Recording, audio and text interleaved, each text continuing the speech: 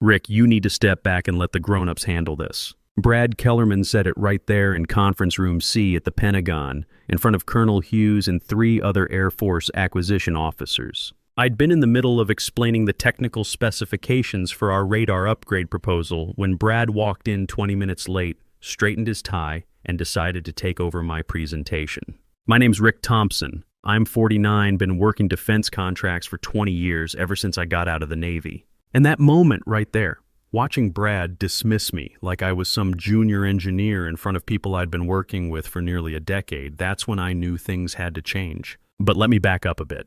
I started at Brewster Defense Solutions right after my Navy retirement. 20 years in the service, last 8 doing procurement logistics in places the Pentagon doesn't like to talk about publicly. Tony Brewster hired me himself back then, said he needed someone who understood how government contracts really worked, not just how they looked on paper. Those early years I was everywhere. Trade shows in D.C., meetings at Wright-Patterson, calls at 0500 because someone at Aberdeen needed clarification on technical specs. I learned which procurement officers had been there since the Clinton administration and which ones were rotating through on 18-month assignments. More importantly, I learned who made the real decisions and who just signed the paperwork. My security clearance is TS/SCI, top secret, with sensitive compartmented information access. Took 3 years of background checks to get it. The kind of clearance that can't be transferred or rushed, no matter how much money you throw at the process. Brad doesn't have any clearance at all. Can't even access half the files for the contracts he's supposed to be managing. For 17 years, I worked directly with Tony. Every Monday morning, we'd sit in his office going over pipeline opportunities, contract renewals, relationship maintenance. He understood what it took to keep government clients happy. It's not about the lowest bid, he'd tell me. It's about trust and expertise they can't get anywhere else. Then came the restructuring 2 years ago. Tony said the company was growing, needed fresh blood, modern management techniques. Brad came from commercial real estate, had an MBA from Vanderbilt. Strategic perspective, Tony called it. Someone who can bring business discipline to government work. The thing about Brad is he's never been wrong about anything in his life, at least not in his own mind. First week on the job, he asked me for a breakdown of our government business. I spent 3 days putting together a presentation covering 14 active contracts, 22 potential opportunities, and the relationship map I'd built over 2 decades. He listened for maybe 20 minutes, then asked, "Can't we just streamline this and bid lower to win more?" That should have been my warning. Sarah and I talked about it that night over dinner. She could see I was frustrated, but we've got Katie starting her senior year at James Madison High, already looking at colleges that cost more than my first house. Mike's a freshman, playing junior varsity football, needs new gear every season. Our mortgage has about $285,000 left on it. And with college looming, changing jobs wasn't exactly appealing. "Give him a chance," Sarah said, clearing the dishes. "Maybe he'll learn." Over the next 2 years, I watched Brad take credit for every successful proposal while staying as far away as possible from the actual work that made those successes happen. When Colonel Hughes called with questions about the radar project, she asked for me specifically. When the folks at Huntsville wanted to discuss technical requirements, they scheduled around my availability, not Brad's. But in management meetings, Brad presented everything as his strategic vision coming to fruition. The worst part wasn't the credit stealing.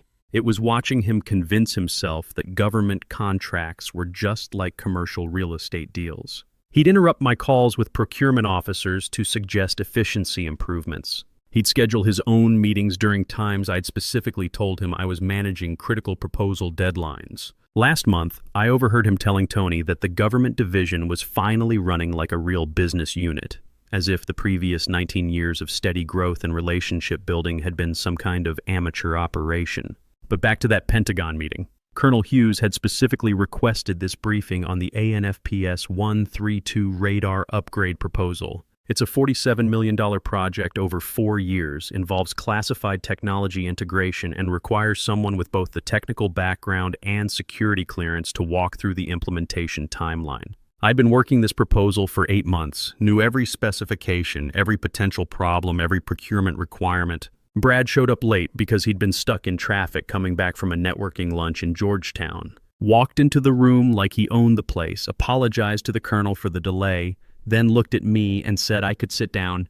He'd take it from here. "Actually," Colonel Hughes said, "we specifically asked for Rick to present this. The technical requirements are quite complex. Brad smiled that MBA smile. Ma'am, I appreciate Rick's input, but I think you'll find my strategic overview will be more valuable for your decision-making process. I watched Colonel Hughes' expression change. She's been doing acquisition for 28 years, came up through the Air Force Academy, knows when someone's trying to snow her. Mr. Kellerman, does your security clearance allow you to discuss the classified components of this proposal? Well, no, but the high-level strategic implications. Then Rick needs to continue his presentation. That's when Brad said it, right there in front of everyone. Rick, you need to step back and let the grown-ups handle this. The room went dead quiet. I mean, you could hear the air conditioning. Colonel Hughes looked like someone had just insulted her personally. The other officers were staring at Brad like he'd lost his mind. I kept my voice level. Brad, perhaps we should discuss this outside. No need. I'm sure the Colonel understands that sometimes we have to manage our technical people carefully. Colonel Hughes stood up. Gentlemen, I think we're done here. Rick, please call me directly when you're ready to discuss the actual technical specifications. Without interruption. After they left, Brad tried to spin it like the meeting had gone well, that he'd established the proper chain of command.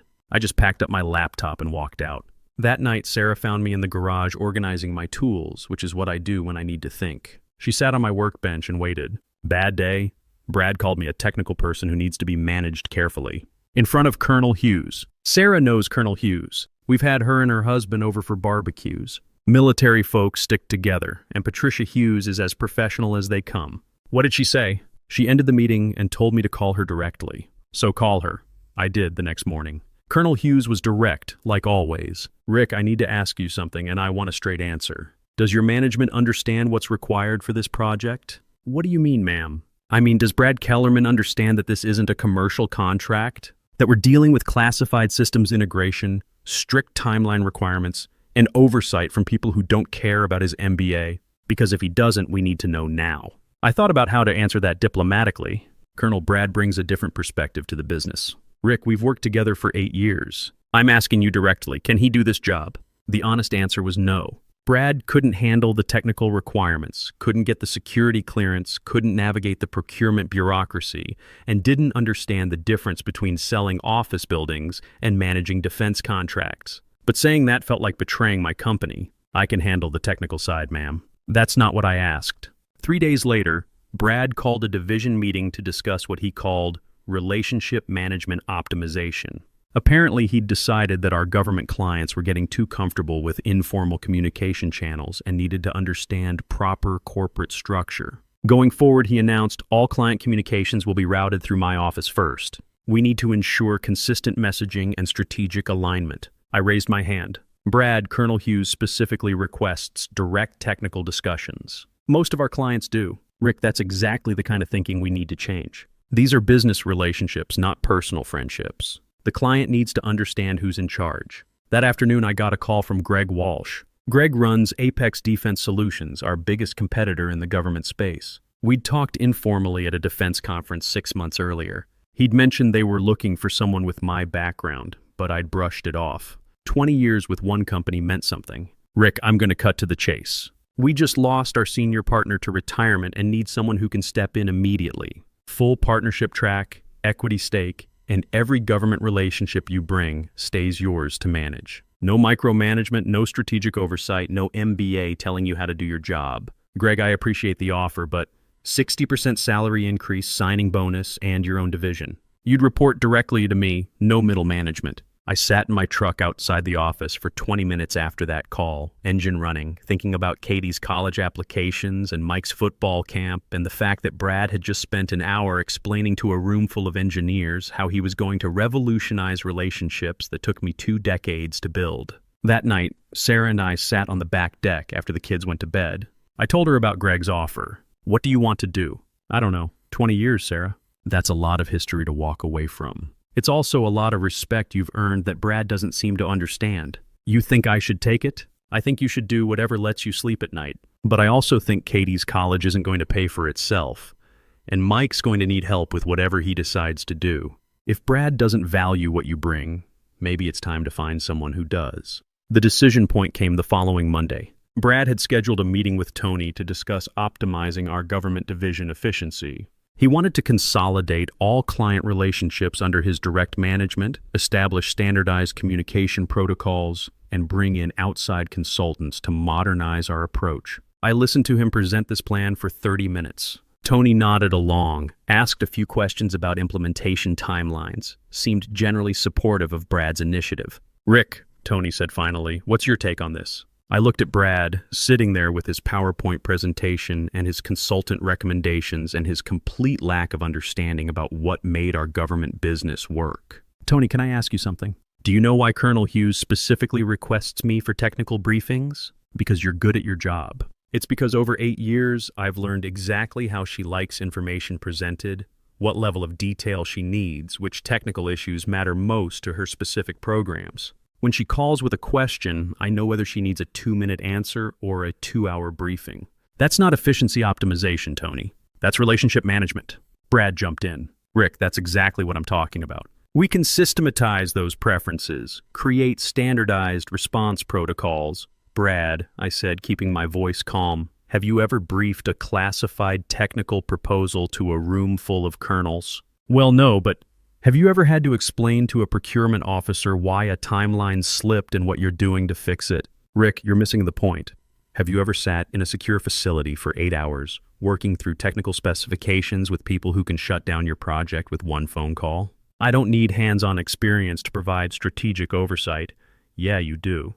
The room went quiet. Tony looked surprised. Brad looked like I'd just challenged him to a fight. "Rick," Tony said carefully, "maybe we should discuss this privately." "No, let's discuss it right here. Brad wants to optimize our government relationships. I want to know what happens when Colonel Hughes calls with a classified technical question and Brad can't answer it because he doesn't have clearance. I want to know what happens when the Aberdeen project timeline needs adjustment and Brad doesn't understand the technical constraints. I want to know what happens when we're competing against companies that have people like me and we've got consultants with PowerPoint presentations." Brad's face was turning red. "Rick, I think you're having trouble accepting new leadership approaches. I'm having trouble accepting that you think 20 years of specialized experience can be replaced with a business process." That's when Brad said the thing that changed everything. "Rick, let's be honest here. Government contracting isn't rocket science. Anyone with basic business skills can manage these relationships. You're not irreplaceable." The silence stretched for about 10 seconds.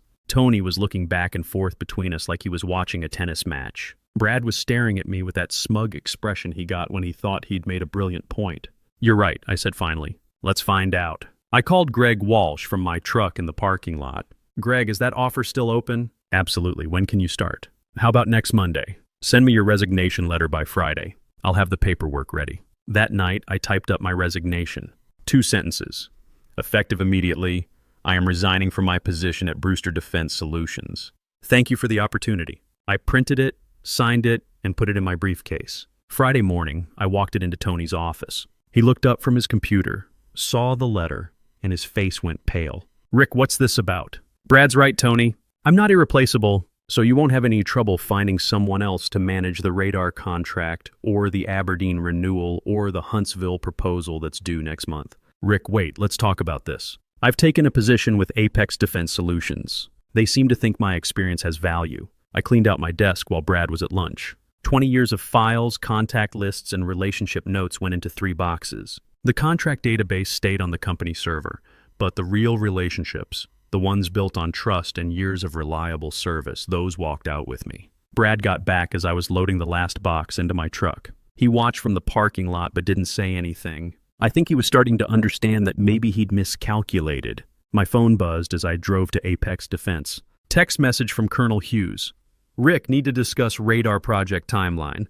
Please call when convenient." I called her from Greg's office while we were signing paperwork. "Colonel, it's Rick. I should mention that I'm no longer with Brewster Defense." Pause. "I see. Are you still available to discuss the technical requirements?" "Yes, ma'am. I'm now with Apex Defense Solutions." "Rick, I'm going to be direct. Brad Kellerman called me yesterday about taking over the radar project. He doesn't understand the technical specifications, doesn't have the clearance to access half the documentation, and frankly, after our last meeting, I don't have confidence in his ability to manage this contract." "I understand, ma'am. I'm recommending to my superiors that we transfer the contract to Apex Defense with you as the technical lead. Are you prepared to handle that?" I looked at Greg, who was grinning. "Yes, ma'am, absolutely." Tony called me at 6 o'clock that evening. I was at home, helping Mike with his algebra homework. Rick, we need to talk. This is bigger than whatever happened between you and Brad. Is it? The radar contract is worth $47 million over 4 years. Colonel Hughes says the deal is off unless you're managing it personally. That's unfortunate. Don't play games with me, Rick. 20 years should count for something. You're right, Tony. 20 years should count for something. But your restructuring put Brad in charge of relationships he didn't build, in a business he's never worked, with clients who don't know him and don't trust him. Brad's got an MBA from Vanderbilt. He understands business. Government contracts aren't business, Tony. They're relationships. They're security clearances that take years to get and can't be transferred.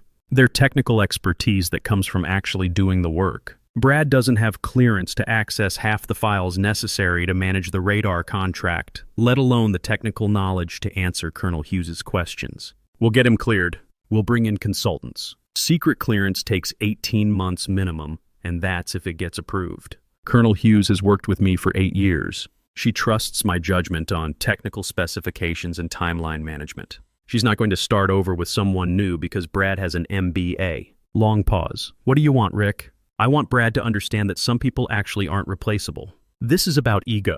This is about competence. Brad spent 2 years taking credit for work he didn't do, relationships he didn't build, and expertise he doesn't have. Now he gets to find out what Brewster's government division looks like without the person who actually runs it. I hung up and finished helping Mike with his homework. Sarah came in with coffee and sat down at the kitchen table. Rough conversation? Necessary one.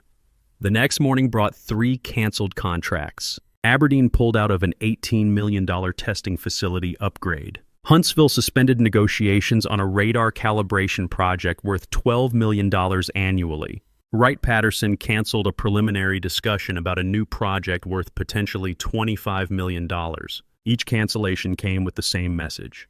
Primary contractor relationship terminated. Greg called me into his office at 10 o'clock. Rick, I've got to ask, did you know this would happen? I knew that Brad had convinced himself that government contracts were just about having the right paperwork and submitting competitive bids. I knew he didn't understand the relationship component, or the security clearance requirements, or the technical expertise expectations. What I didn't know was how quickly the clients would make their preferences clear. Your old company just lost $77 million in active contracts because one manager told one employee he wasn't irreplaceable. That's one way to look at it. What's the other way? Brad spent 2 years systematically undervaluing the person who built every government relationship Brewster had. He convinced himself that management credentials were more important than technical expertise and client trust. Now he's finding out what those relationships were actually worth. By noon, my phone had 23 missed calls from Brewster numbers. Greg and I were reviewing Apex's current contract portfolio when my personal phone rang. Rick, this is Patricia Hughes. I wanted to call you directly. I stepped into the conference room. Colonel, good to hear from you. I'm calling because Tony Brewster has been trying to reach me for 2 days, and I think there's some confusion about the radar contract situation. What kind of confusion, ma'am? Mr. Brewster seems to think this is a negotiation, that Brewster can somehow maintain the contract with different personnel. I wanted to make it clear that's not the case. I see. Rick, I've been doing defense procurement for 28 years. I've seen contractors come and go, and I've learned that relationships matter more than company names. The radar project involves classified technology integration with timeline requirements that can't accommodate learning curves or personnel transitions. She paused. The technical specifications require someone with your specific background and clearance level. The timeline doesn't allow for training a replacement. And frankly, after 8 years of working together, I'm not interested in starting over with someone who thinks he can manage defense contracts like commercial real estate. I understand, Colonel. Do you? Because I've had calls from Aberdeen and Wright-Patterson today. The consensus is clear. We work with you, or we work with other contractors. Brewster Defense without Rick Thompson isn't Brewster Defense as far as the Department of Defense is concerned. After the call, I sat in the conference room for a few minutes processing what I just heard. It wasn't just about the radar contract. It was about the entire foundation of Brewster's government business. Greg knocked on the door. Everything all right? Colonel Hughes just explained something I'd never fully understood. For 8 years, I thought I was working for Brewster Defense, building relationships that benefited the company. But from the client perspective, the relationship was always with me personally. The company was just the administrative framework. That's not uncommon in government contracting. Technical expertise and security clearances are personal assets. They don't transfer with company letterhead. Brad never understood that. He saw government contracts as company assets that could be managed by anyone with the right business training. And now he's discovering that $77 million in annual contract revenue was never really Brewster's to begin with. It was yours, and you were sharing it with them. My phone buzzed with another call from Tony. I declined it. That afternoon, I learned that Brad had called a company-wide meeting to discuss what he termed temporary market fluctuations in the government sector. According to my former colleague Steve, Brad spent an hour explaining how they'd overcome the current challenges through enhanced business development and strategic partnerships. Steve texted me afterward. He actually said losing the contracts might be a blessing in disguise because government work is too bureaucratic anyway. I showed the text to Greg. Your former boss is about to learn that some blessings come with very expensive price tags. 3 days into my new position at Apex Defense, Greg called me into his office with a proposal that made me understand why Brad's world was about to collapse completely. Rick, I've been thinking about our conversation regarding relationship-based contracts. What if I told you that Apex has been waiting for exactly this opportunity for 2 years? What kind of opportunity? The opportunity to absorb Brewster's entire government client base by hiring the person who built it. Greg pulled out a folder with contract proposals and client assessments. We've been tracking Brewster's government business for years, waiting for the right moment to make a move. They have great relationships but limited capacity. Apex has enormous capacity but limited government relationships. And now we have both. Exactly. Colonel Hughes called me personally yesterday. She wants to fast-track the radar contract with Apex as primary contractor and you as technical lead. She's also recommending us for 3 other projects that were previously going to other firms. The numbers were staggering. Wright-Patterson was offering a contract extension worth $31 million over 6 years. Aberdeen wanted to expand their testing facility project to include Apex's manufacturing capabilities. Huntsville had 2 separate radar projects they wanted to discuss. Greg, this isn't just about hiring me away from Brewster. This is about absorbing their entire government client base. Correct. And it's all possible because one manager thought relationships were interchangeable.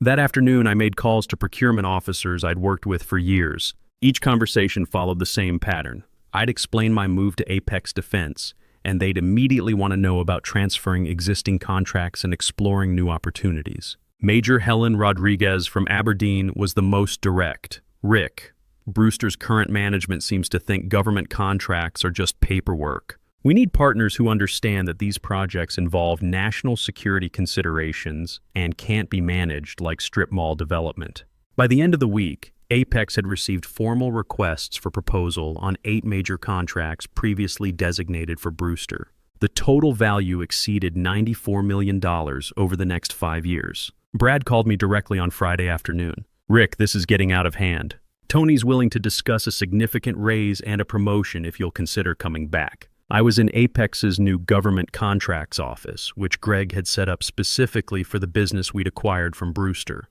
What kind of promotion? Director level? Your own department. I'd report to you on government matters. What changed Tony's mind about the value of specialized expertise? Brad's voice was tight. Look, maybe I underestimated some things, but you're destroying a company that gave you 20 years of opportunity. Brad, I'm not destroying anything.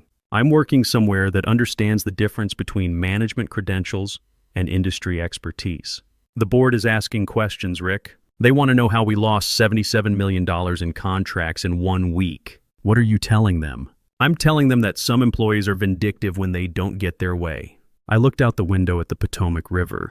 Are you also telling them that you don't have security clearance for the contracts you're supposed to manage? Or that you've never worked a single government project from start to finish? Or that you told your only qualified government contractor he wasn't irreplaceable? Brad hung up. An hour later, Tony called. Rick, I need you to understand something. Brad's gone. I'm prepared to offer you his position, plus equity, plus a 70% salary increase. Tony, that's generous. But why didn't any of this matter when Brad was convinced I wasn't irreplaceable? Because I trusted his assessment of the situation. And now?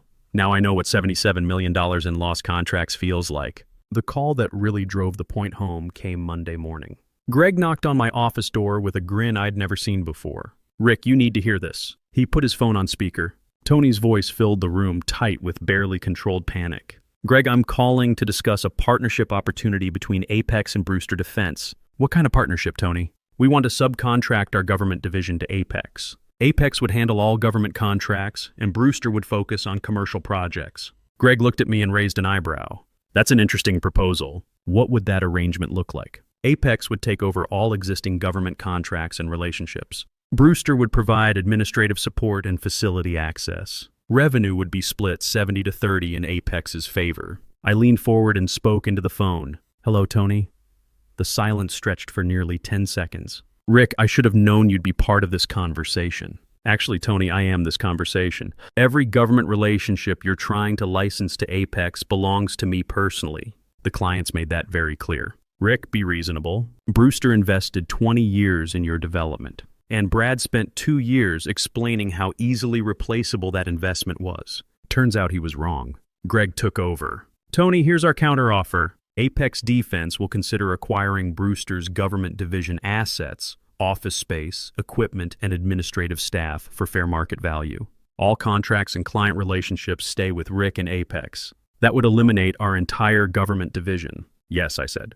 Just like Brad eliminated it last week when he told me I wasn't irreplaceable. The board is meeting this afternoon, Rick. They're going to want explanations. Tell them the truth, Tony. Tell them that Brad managed to lose $77 million in annual revenue by dismissing the one person who actually generated it. Tell them that not irreplaceable turned out to be the most expensive phrase in Brewster Defense history. 2 weeks later, I was sitting in my new office at Apex Defense when Steve called with news from Brewster. Brad got fired yesterday. Board meeting lasted 8 hours. Tony's taking direct control of what's left of the government division, but there's nothing left to control. What about the other employees? Most of the administrative staff transferred to Apex with the asset acquisition. Engineering is focusing entirely on commercial projects now. About half their previous revenue base, but at least it's stable. And Brad, here's the thing about Brad. Turns out when you tell someone they're not an irreplaceable genius and they decide to test that theory, you better be right. Steve laughed, but it wasn't a happy sound. Word around town is he can't get interviews. Defense contractors talk to each other, Rick. Everyone knows he's the guy who burned down a $77 million business because he didn't understand how it worked. What's he doing now? Last I heard, he was trying to get back into commercial real estate. But even there, people are asking questions. Why would someone leave a VP position at a defense contractor? Why did Brewster's government division collapse right after he took over? His story keeps changing depending on who's asking. I looked out my office window at the Potomac. The view from the 15th floor was pretty spectacular. Steve, thanks for keeping me informed. Rick, one more thing. Colonel Hughes called Tony directly yesterday. She wanted to make sure he understood that this wasn't personal against Brewster Defense. She said you'd always been professional and that Apex was lucky to have you. That was kind of her. She also said something else. She said Brad's behavior in that Pentagon meeting was conduct unbecoming, and that procurement officers across the DoD had been briefed about the situation. Rick, they blacklisted him. Officially.